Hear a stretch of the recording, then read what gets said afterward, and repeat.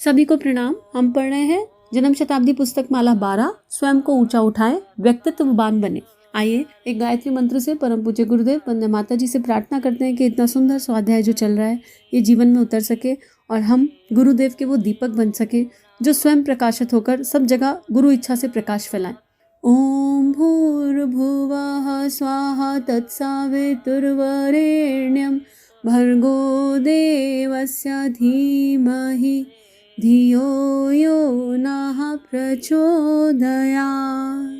पिछले स्वाध्याय में गुरुदेव हमें बहुत अच्छी बात बता रहे थे। गुरुदेव बोल रहे थे कि आपको मेरा रिप्रेजेंटेटिव बनना है। मेरा रिप्रेजेंटेटिव बनना है तो आपको खुद को दीपक बनाना होगा, ऐसा दीपक जो जल रहा है, जो स्वयं प्रकाशित है। और जब आप स्वयं प्रकाशित हो जाओगे तो प्रकाश फैलेगा। और गुरुदेव ने बड़ा अच्छा मिट्टी का सांचे का एग्जाम्पल लिया था।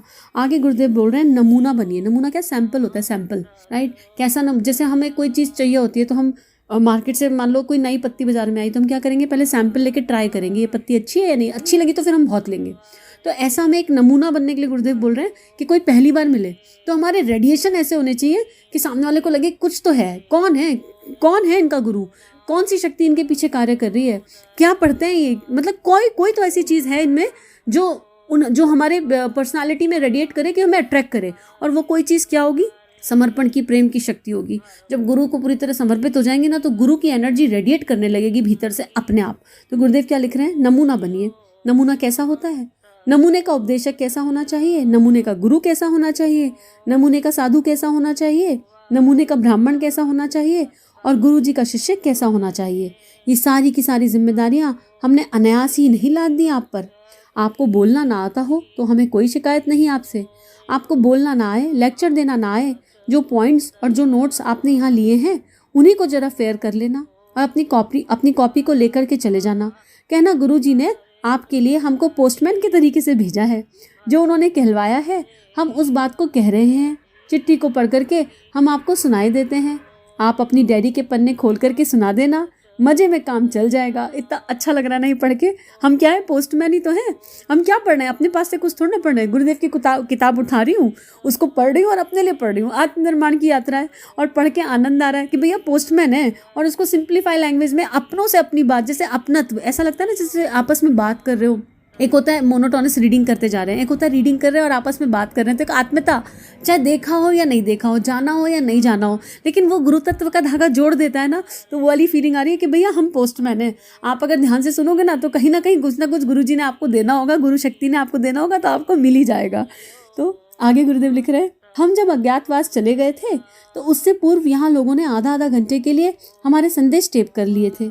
और जहाँ कहीं भी सम्मेलन हुआ करते थे, जहाँ कहीं भी सभा हुआ करती थी, लोग उन टेपों को सुना देते थे।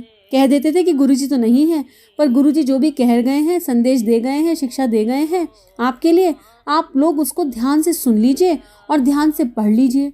लोगों ने सारे व्याख्यान सुने और उसी तरह मिशन का कार्य आगे बढ़ता गया। मेरी ना हार्ट बीट बढ़ती जा रही है। अच्छा लग रहा है क्योंकि ये गुरुदेव के प्रवचन है। गुरुदेव जब अज्ञातवास में गए तो टेप दे गए और अब गुरुदेव जब शरीर में नहीं है तो अपने उनके प्रवचन जो है किताबों के फॉर्म में हमारे पास जन्म शताब्दी पुस्तक माला के रूप में आ गए। कितनी बड़ी कृपा है। उन सभी लोगों को धन्यवाद है जिन्होंने जन्म शताब्दी पुस्तक माला निकाली होगी। हार्ट बीट, अंतःकरण एकदम आनंद में फील कर रहा है। और अब इन संदेशों को हम ध्यान से सुन लें, ध्यान से पढ़ लें, ध्यान से समझ लें, तो मुझे लगता है अगर अभी तो हम पुस्तक माला 12 पे हैं, पर पता नहीं गुरुदेव कराएंगे कितना ले जाएंगे। 100 की 100 पढ़नी है। और अगर एक जीवन काल में कोई गुरुदेव के ये 100 प्रवचन समझ ले, सुन ले और आचरण में 50% भी उतार लेना तो भी जीवन धन्य हो जाएगा। 50% भी ज़्यादा है, चलो 25 पे कर लेते हैं, कहीं से तो शुरू करें, लेकिन फिर भी जीवन धन्य हो जाएगा, ऐसा लग रहा है। आगे गुरुदेव लिख रहे हैं, व्यक्तित्व और चरित्र।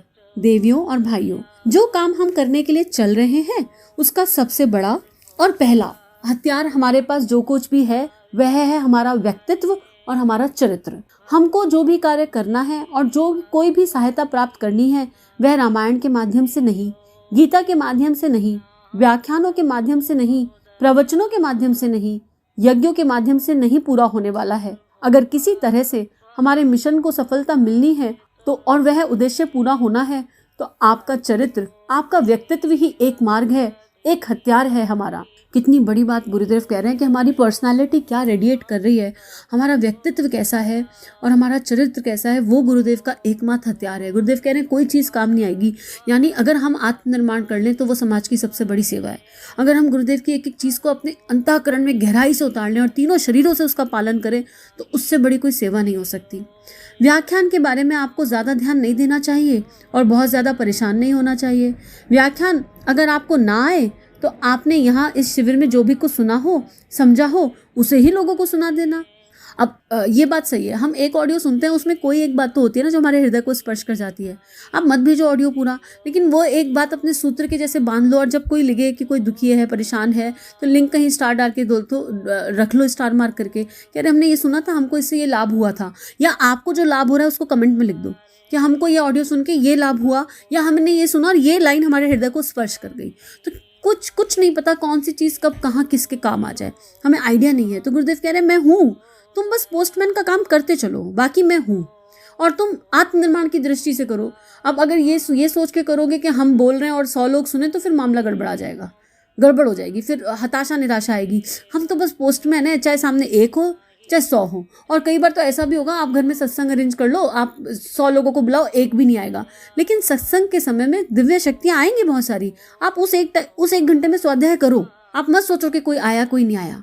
सत्संग अपने लिए करना था, करो उसी टाइम, स्वाध्याय उठाओ और करना शुरू कर दो। ऐसा तो आगे लिख रहे हैं, परेशान होने की बिल्कुल आवश्यकता नहीं है, आपको कुछ नहीं सोचना, आप बस जाओ और चालू हो जाओ और मैं बोलूँगा पीछे से।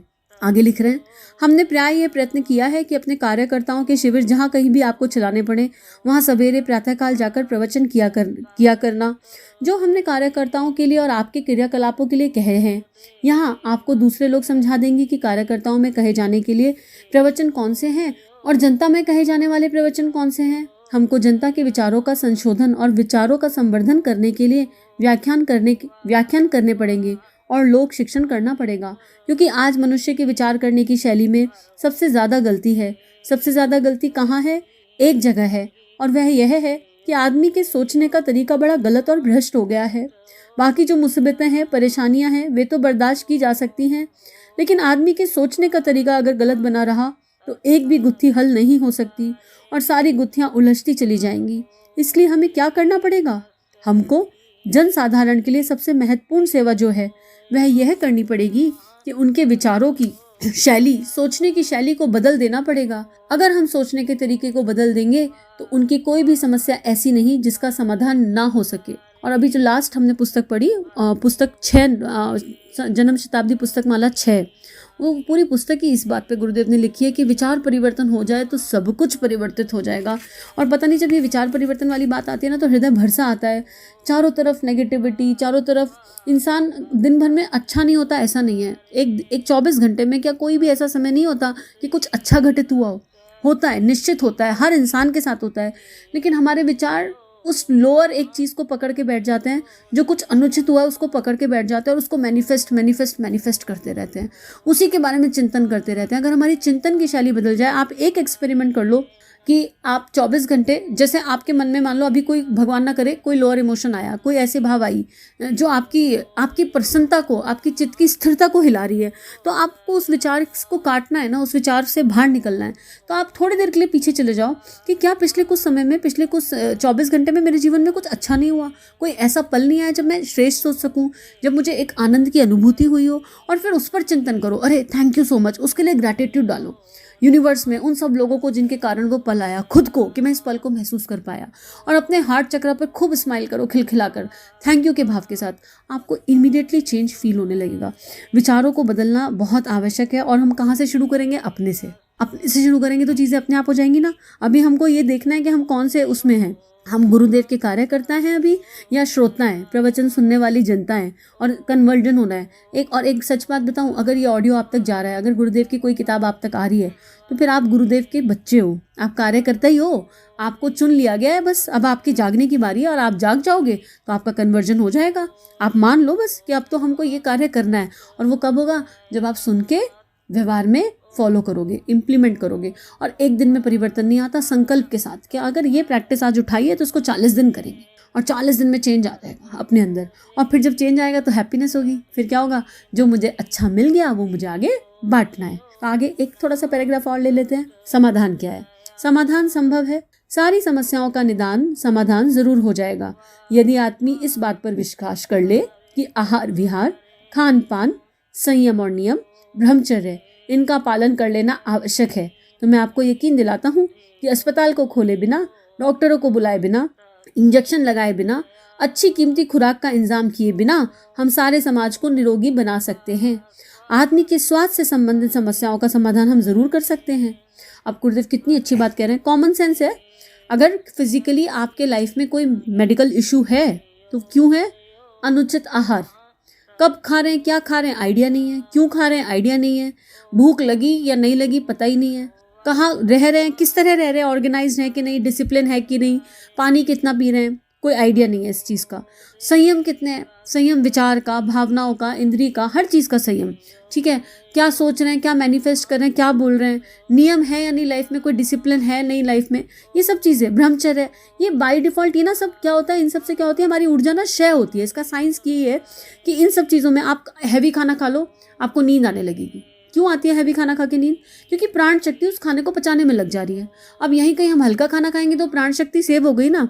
इन सब चीज़ों में हमारी प्राण शक्ति जो है वेस्ट होती है, कंप्लीटली वेस्ट। और हमें प्राण शक्ति को अगर हम बढ़ा नहीं रहे तो कम से कम वेस्टेज तो ना करें उसकी, जो नेचुरल प्राण मिल रहा है। तो ये सारे संयम करने के बाद मेरी प्राण शक्ति एकत्रित हो जाती है। और जब वो प्राण शक्ति एकत्रित हो जाएगी तो एकत्रित प्राण का प्रभाव क्या क्या मिरेकल कर सकता है लाइफ में, हम इसको सोच भी नहीं सकते, अनुभव की बात है। तो अगर हम 40 दिन, जब आप 40 दिन कोई उपवास रखो, अनुष्ठान रखो और उस पर जप की शक्ति जोड़ दो तो मिरेकल हो जाते हैं अपने आप। तो गुरुदेव यही बात यहाँ बोल रहे हैं कि इतना कर लो तो शरीर अपने आप ठीक हो जाएगा, कोई समस्या ही नहीं आएगी, सारी प्रॉब्लम सॉल्व। लेकिन एक्सपेरिमेंटल है, 40 डेज, 1.25 घंटे का जप इन सारे नियमों के साथ, और उचित आहार, और दिन भर का चिंतन श्रेष्ठ। ये ध्यान रखेंगे, ऐसे नहीं कि खाली शरीर से कर लिया और फिर चिंतन कर रहे हैं हमारा तो फास्ट है, हमारा तो फास्ट है, हमारा तो फास्ट है। नहीं, हमने उपवास रखा है, चेक करने के लिए रखा है, चाहे किस लिए रखा है। हम जब करेंगे और जब भी भावना के साथ करेंगे, एकदम डूब कर, खाली वाणी से नहीं, श्रेष्ठ भावना के साथ, अंतःकरण, हृदय में प्रसन्न, हृदय में गुरु शक्ति को, गुरु तत्व को, अपने इष्ट को देखते हुए, और फिर ब्रह्मांड से श्रेष्ठ विचारों को बुलाएंगे, इनवाइट करेंगे कि सारी श्रेष्ठता, ब्रह्मांड की सारी दिव्यता मेरे भीतर समाहित है गुरु इच्छा से। और उसके बाद खो के जप करेंगे और फिर आप चेक करोगे, दिन भर साधना करेंगे, कोई भी चौकीदार के जैसे बैठे रहेंगे, कोई लोअर विचार अगर आया तो उससे पूछेंगे भाई आप क्यों आए हो, आपकी जगह नहीं है, बाय बाय, और उसको रिप्लेस करेंगे अच्छे थॉट से। 40 दिन में अंदर मिलने लगेगा अपनी चेतना में।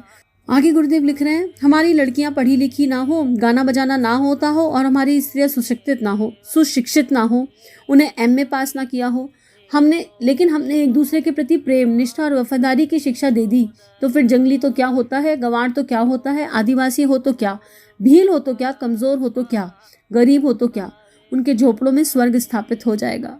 कितनी सुंदर बात। उनके बीच में मोहब्बत और प्रेम, निष्ठा और सदाचार हमने पैदा कर दी, तब हमारे घर स्वर्ग बन जाएंगे। घर को स्वर्ग बनाने का क्या तरीका है। कितनी सुंदर बात गुरुदेव बता रहे हैं। कुछ ना आता हो, बस प्रेम का आदान प्रदान करना आता हो। प्रेम एक दिव्य भावना है, प्रेम अंदर से रेडिएट होता है, प्रेम में कोई कंडीशन नहीं होती, इट जस्ट फ्लो, ये बस बहता है बहता है बहता है। ये किसी की कमियां नहीं देखता, हमेशा समर्पण के साथ बहता है, किसी को बदलने की कोशिश नहीं करता, किसी की केवल ये देखता है कि मेरी जिम्मेदारी क्या है, मेरे कर्तव्य कर्म क्या है, और पूरे दिल से सामने वाले के लिए सद्भावना के साथ प्रार्थना करता है। इतनी दिव्य शक्ति प्रेम है। और जिसके हृदय में वो प्रेम जाग जाए तो हमें कुछ भी नहीं करना।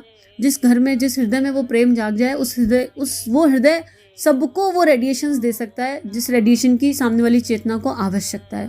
तो आज के लिए स्वाध्याय को यही समाप्त करते हैं। आज गुरुदेव ने हमें बहुत सुंदर समाधान दिए कि समस्या तो है, समाधान क्या है। तो आज गुरुदेव ने हमें बहुत सुंदर समाधान दिया। आशा है हम उन सबको अपने जीवन में इम्प्लीमेंट करेंगे। सभी का जीवन गुरु तत्व के सूक्ष्म सानिध्य में मंगलमय है। सभी को बहुत सारा थैंक यू, बहुत सारा प्रणाम।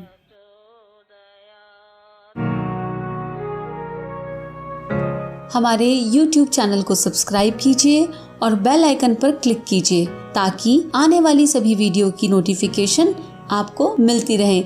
आप सभी को बहुत बहुत थैंक यू।